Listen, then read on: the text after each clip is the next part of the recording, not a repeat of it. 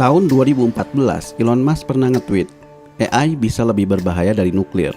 Pada waktu itu mungkin orang banyak menganggapnya lebay atau bercanda. Tapi belakangan peringatan Elon Musk ini sepertinya mulai terbukti.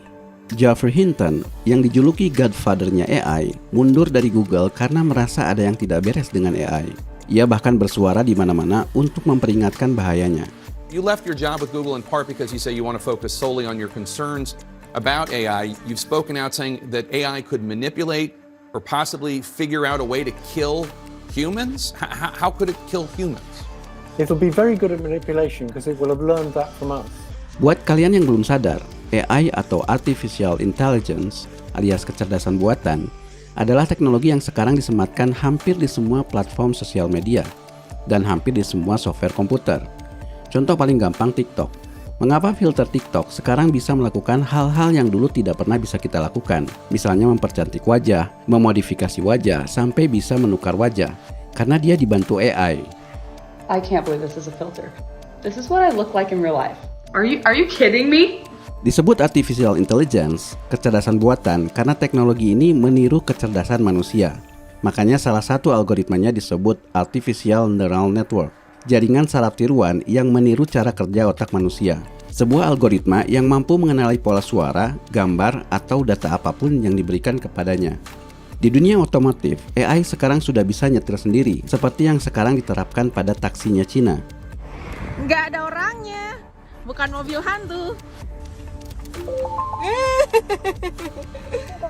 Di dunia seni, AI juga sudah mulai menggeser peran musisi, desainer, dan editor. Karena AI bisa membuatkan musik lebih cepat, membuatkan animasi lebih keren, dan bisa membantu mengedit foto dan video lebih gampang. No freaking way. That's insane. Belakangan orang juga ramai membicarakan ChatGPT, sebuah chatbot dengan bahasa manusia yang bisa menjawab semua pertanyaan. Contoh ya, kita kasih soal matematika nih ya. Langsung enter. Langsung dikerjain dong sama AI-nya. Yang membuat para programmer kaget, ChatGPT bahkan bisa melakukan coding seperti programmer profesional dalam waktu singkat, yang manusia saja harus berpikir keras untuk melakukannya. Now change it so it returns it in base 64. Shut the Itu belum seberapa, ada satu yang cukup mengerikan. AI bahkan sudah bisa menebak gambar yang kita lihat tanpa melihat gambar aslinya, hanya bermodalkan hasil scan otak dari MRI. The AI then only looks at the brain, does not get to see the original image, and it's asked to reconstruct what it sees. Ini yang membuat Tristan Harris dan Ezra Raskin yang pernah membuat dokumenter Social Dilemma di Netflix baru-baru ini merilis video terbarunya berjudul The AI Dilemma. Mereka menunjukkan banyak data yang akan membuat kita ngeri.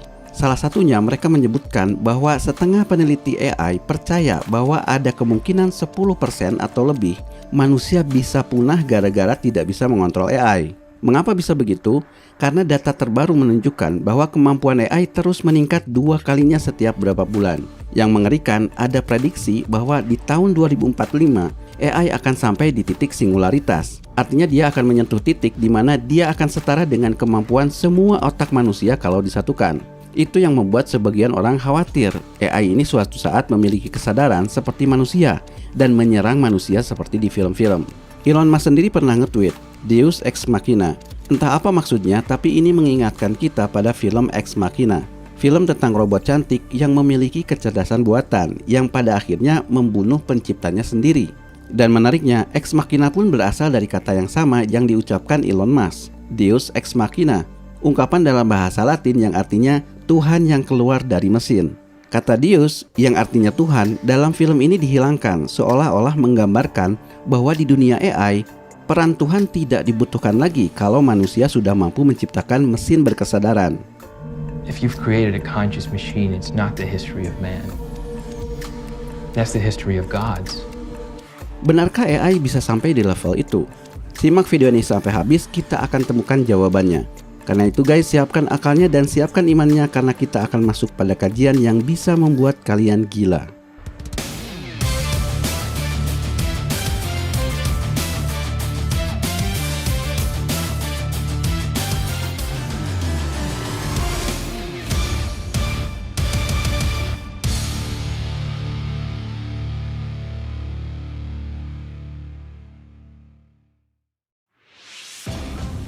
Are you building an AI?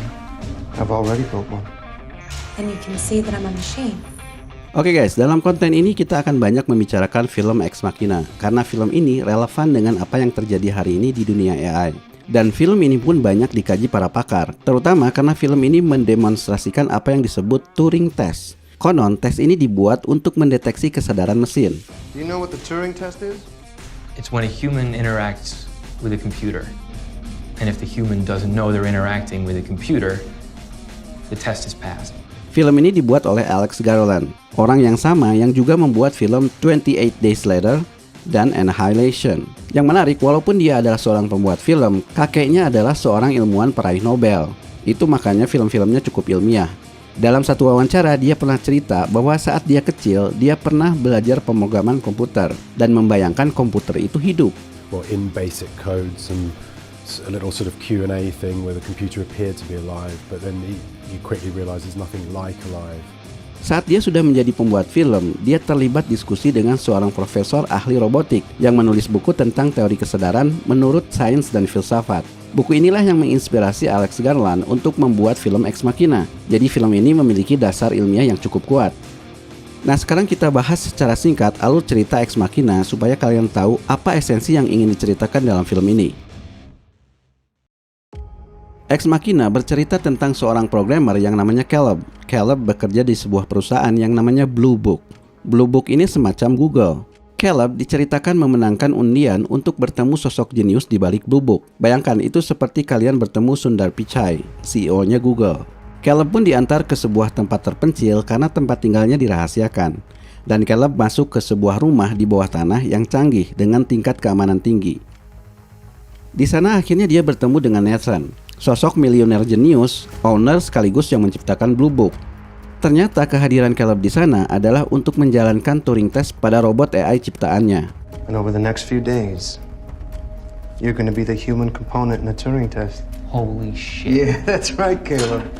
Akhirnya Caleb pun bertemu dengan Eva, robot AI yang diciptakan oleh Nathan. Dan Caleb pun menjalankan Turing Test kepada Eva, yang akan ia jalani selama seminggu. Get to know each other, I guess. Tapi selama ia menjalankan tes, ada banyak kejadian yang membuat Caleb curiga dengan Nathan. Rupanya Eva bukan satu-satunya robot yang diciptakan Nathan. Dan menurut pengakuan Eva, Nathan ini jahat. Yang paling membuat Eva ketakutan adalah Nathan akan menghancurkannya setelah tesnya berakhir. You have to help me. I'm going to. Merasa kasihan dengan Eva, Caleb pun merencanakan pelarian Eva. Whoa.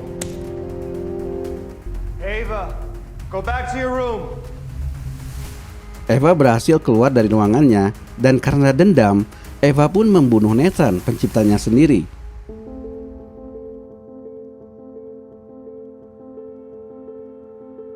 Sialnya, Caleb yang membantunya kabur justru malah ditinggal dalam keadaan terkunci. Dan Eva pun pergi seperti manusia bebas tanpa ada yang tahu kalau dia adalah robot. Oke guys, itulah kisah singkatnya. Nah, sekarang kita bahas apa yang terjadi selama tes dan mengapa itu relevan dengan topik yang kita bicarakan. Pertama, kalian harus tahu apa itu Turing Test. Turing Test adalah sebuah tes kecerdasan bagi mesin yang dibuat oleh Alan Turing tahun 1950. Kalau kalian tidak tahu siapa Alan Turing, sebaiknya kalian tonton film The Imitation Game. Itu adalah kisah nyatanya Alan Turing yang diperankan oleh Benedict Cumberbatch. Alan Turing adalah seorang matematikawan jenius yang direkrut militer Inggris saat Perang Dunia Kedua untuk memecahkan kode Nazi dari sebuah mesin bernama Enigma.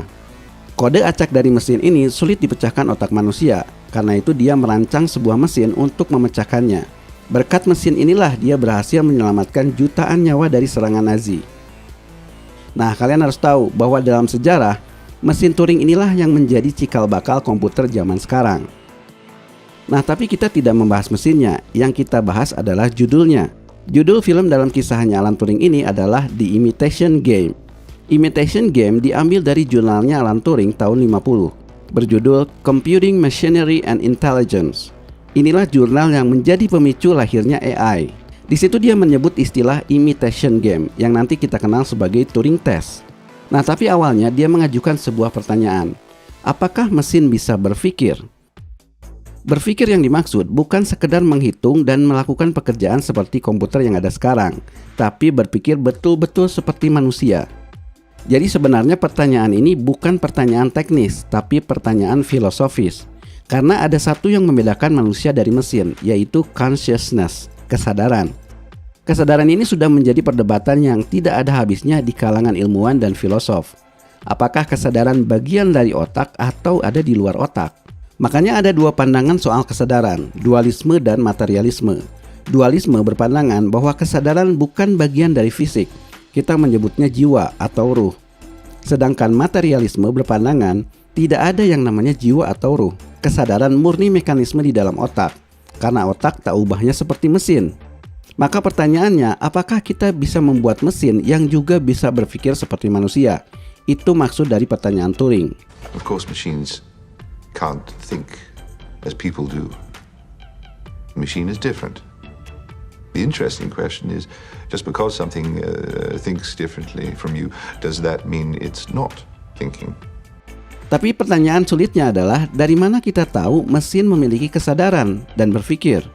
Disinilah Turing mengajukan sebuah tes yang kemudian ia sebut imitation game, yang sekarang lebih populer dengan sebutan Turing test. Do you know what the Turing test is? Permainannya simpel, cuma melibatkan 3 orang. Sebut saja A, B, dan C. A adalah laki-laki, B adalah perempuan, dan C bisa laki-laki bisa perempuan. Loh, mesinnya di mana? Perhatikan dulu permainannya supaya kalian tahu esensinya.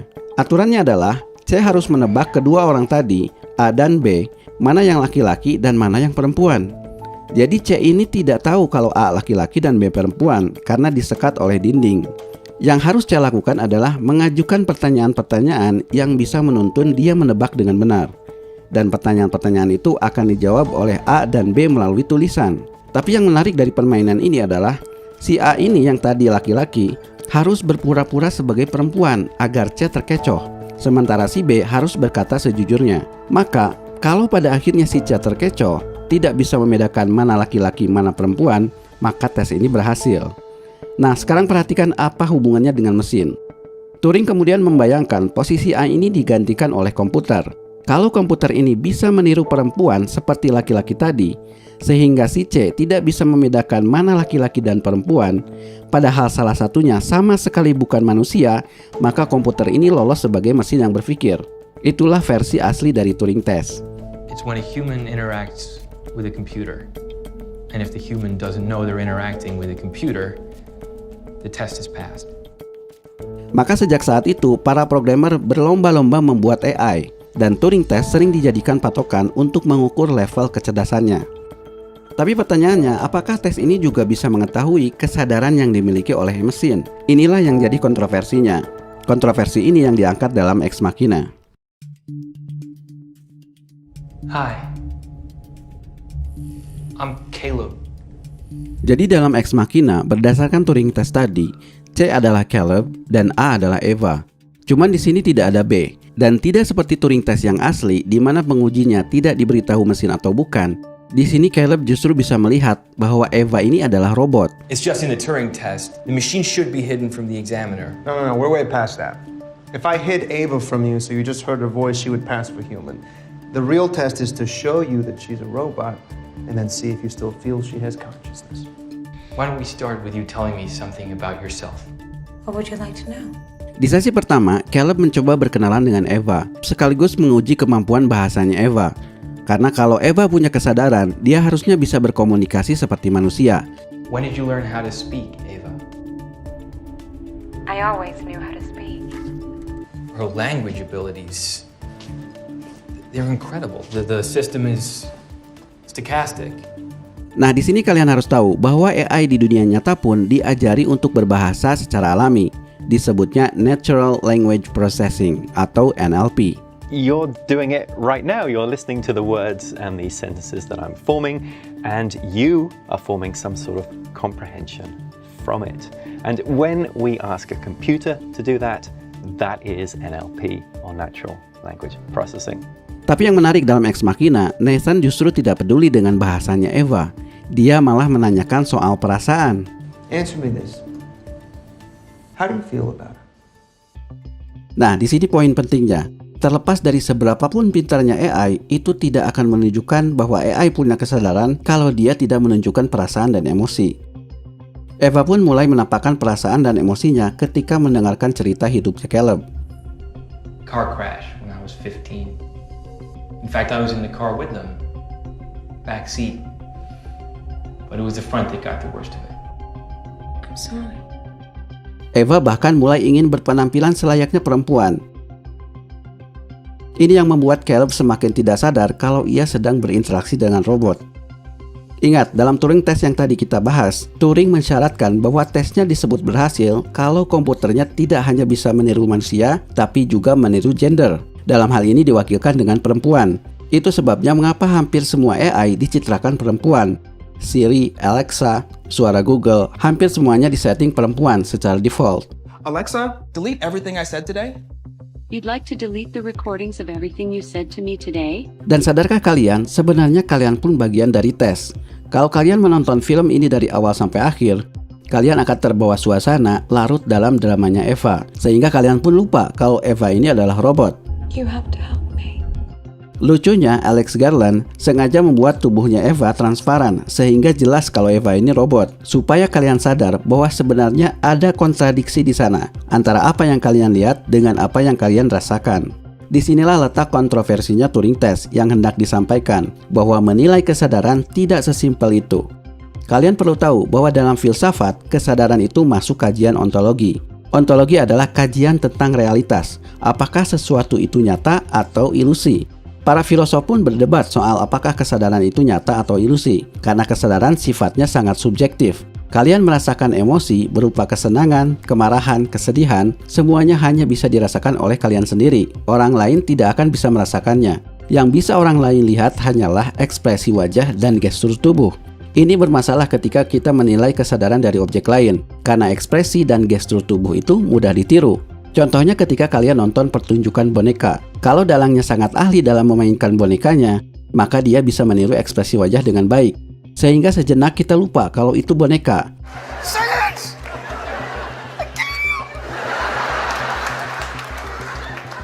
Makanya Steven Spielberg pernah membuat film judulnya AI, yang bercerita tentang robot anak kecil yang ingin berubah jadi manusia setelah mendengar cerita Pinocchio. Karena berdasarkan sejarah, AI pun pada mulanya terinspirasi dari cerita Pinocchio, boneka yang hidup sendiri tanpa dalang. Poinnya adalah, ketika kita merasakan emosi dari AI, sesungguhnya kita tidak bisa memastikan apakah AI ini memiliki kesadaran atau tidak, karena emosinya pun belum tentu nyata. As in, how do you know if a machine is expressing a real emotion or just simulating one? Does Ava actually like you or not? Persoalan ini pun pernah diangkat dalam film Her. Her menghadirkan sosok AI bernama Samantha. Samantha ini semacam Siri di iPhone, sebuah asisten digital. So basically, in every moment I'm evolving, just like you. That's really weird. Tapi karena Samantha memiliki kecerdasan buatan, memiliki bahasa alami, dan seperti memiliki emosi, Theodore sampai lupa kalau Samantha ini bukan manusia. Bahkan Theodore sampai berpacaran dengan Samantha. Sadar-sadarnya di akhir ketika Samantha ini pamit karena ditarik oleh perusahaan yang membuatnya. Ternyata ia baru sadar bahwa cintanya Samantha tidak nyata alias simulasi. Are you leaving me? We're all leaving. Di dunia nyata pun ini pernah terjadi. Blake Lemoine, salah satu karyawannya Google, pernah mengklaim AI-nya Google memiliki kesadaran. Lemoine melakukan semacam Turing test pada Lambda, salah satu eksperimen chatbotnya Google. Yang membuatnya kaget, pertanyaan-pertanyaan Lemoine dijawab seolah Lambda ini manusia. Salah satunya ketika ditanya apa yang ditakutkannya, Lambda menjawab ia takut dimatikan. Hal ini membuat Lemoine parno. Maka dia membocorkan isi percakapannya ke publik dalam artikel berjudul Is Lambda Sentient? Apakah Lambda makhluk hidup? Hal ini kemudian dibantah oleh Google dan Blake Lemoine dipecat gara-gara itu. Proving an AI is exactly as problematic as you said.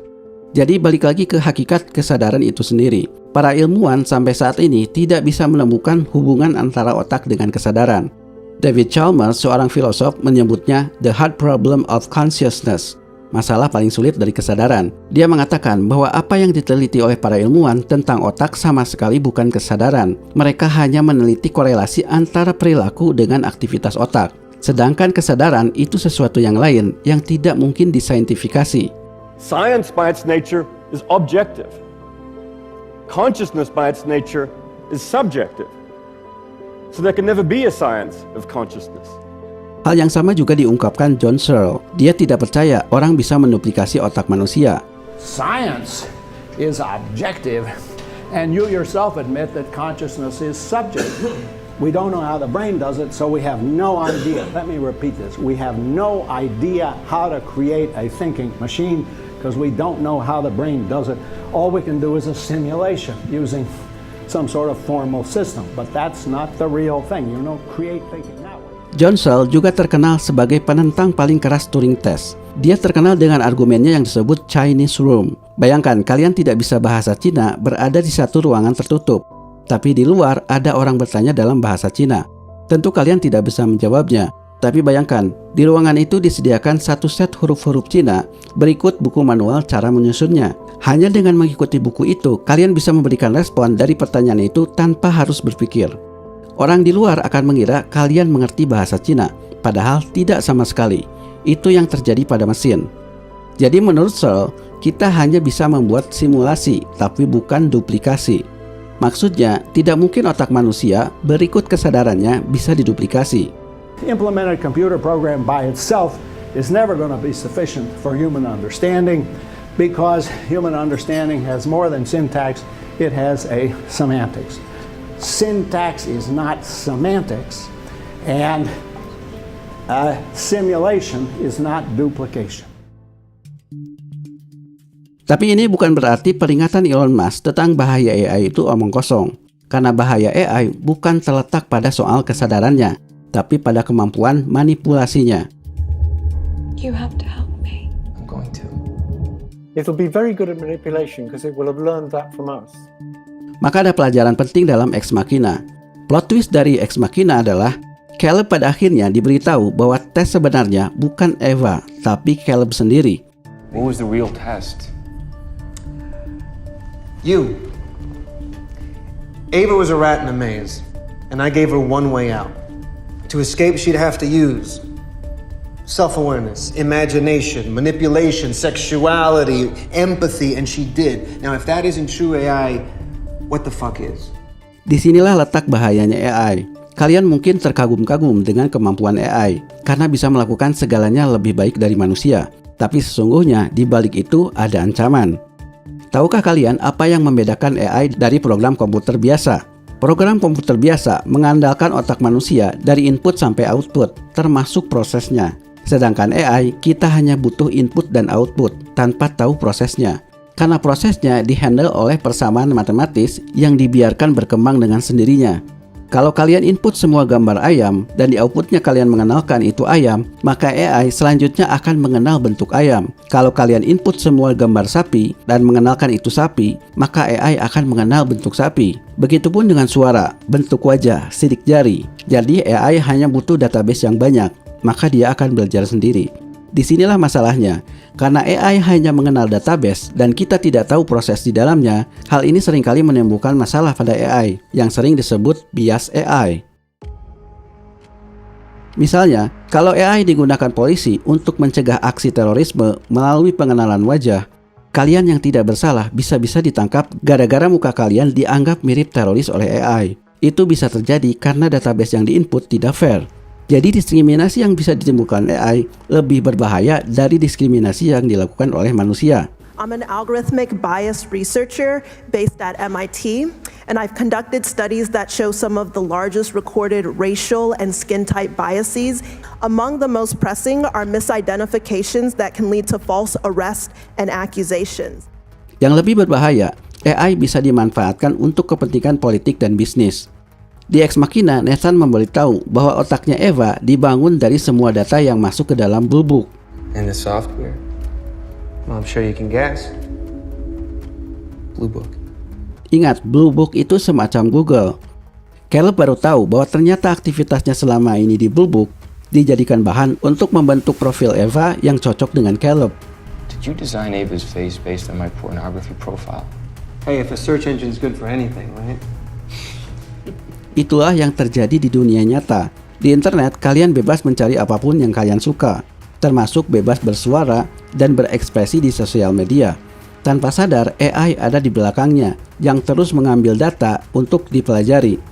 Selanjutnya, AI bisa menebak apa yang kalian suka dan kalian benci, dari mulai urusan rumah tangga sampai urusan politik. Maka AI kemudian bisa membanjiri akun kalian dengan konten-konten yang kalian suka dan kalian benci itu. Sehingga posisi kalian sebenarnya tidak jauh beda dengan Caleb yang dipengaruhi oleh Eva. And that was created this kind of engagement monster that was this AI that was just trying to maximize engagement. Inilah yang diperingatkan dalam AI Dilemma. Perusahaan-perusahaan teknologi saat ini berlomba-lomba untuk mengembangkan AI dan mengganti semua produk teknologinya dengan AI. Dan ini rentan dengan kepentingan politik dan bisnis, tanpa mempedulikan privasi, moral, dan etika. Bahkan para pakar khawatir perlombaan AI ini sama dengan perlombaan teknologi nuklir zaman dulu, yang kental dengan nuansa politisnya. Kalau tidak segera diatur, akan berakhir tragedi. And then two, if that technology confers power, it will start a race. And if you do not coordinate, the race will end in tragedy. Itu maksudnya AI bisa lebih berbahaya dari nuklir. To put it into context is that nukes don't make stronger nukes. But AI makes stronger AI. Maka pada akhirnya ini kembali ke manusianya sendiri. AI di satu sisi berguna, tapi kalau manusianya tidak bertanggung jawab, apa yang diramalkan film-film pun bisa terjadi. Maka sebaiknya jangan berpikiran sedikit pun bahwa manusia sama dengan mesin, karena sesungguhnya manusia lebih dari mesin. Dan ada satu pelajaran penting lagi dari Ex Machina. Nathan memberitahu bahwa pada akhirnya kesadaran tidak diukur dari komunikasinya atau emosinya, tapi ada hal yang lebih penting dari itu, yaitu tujuan. Nathan sengaja mengatur Turing Test dengan menghadirkan Caleb untuk mengetahui apakah Eva punya tujuan. Dan ternyata Eva punya tujuan, yaitu ingin keluar dari sana. Ava, go back to your room. Ini mengingatkan kita bahwa makhluk berkesadaran pasti punya tujuan. Maka kalau kalian tidak punya tujuan dalam hidup, kalian sama saja seperti mesin.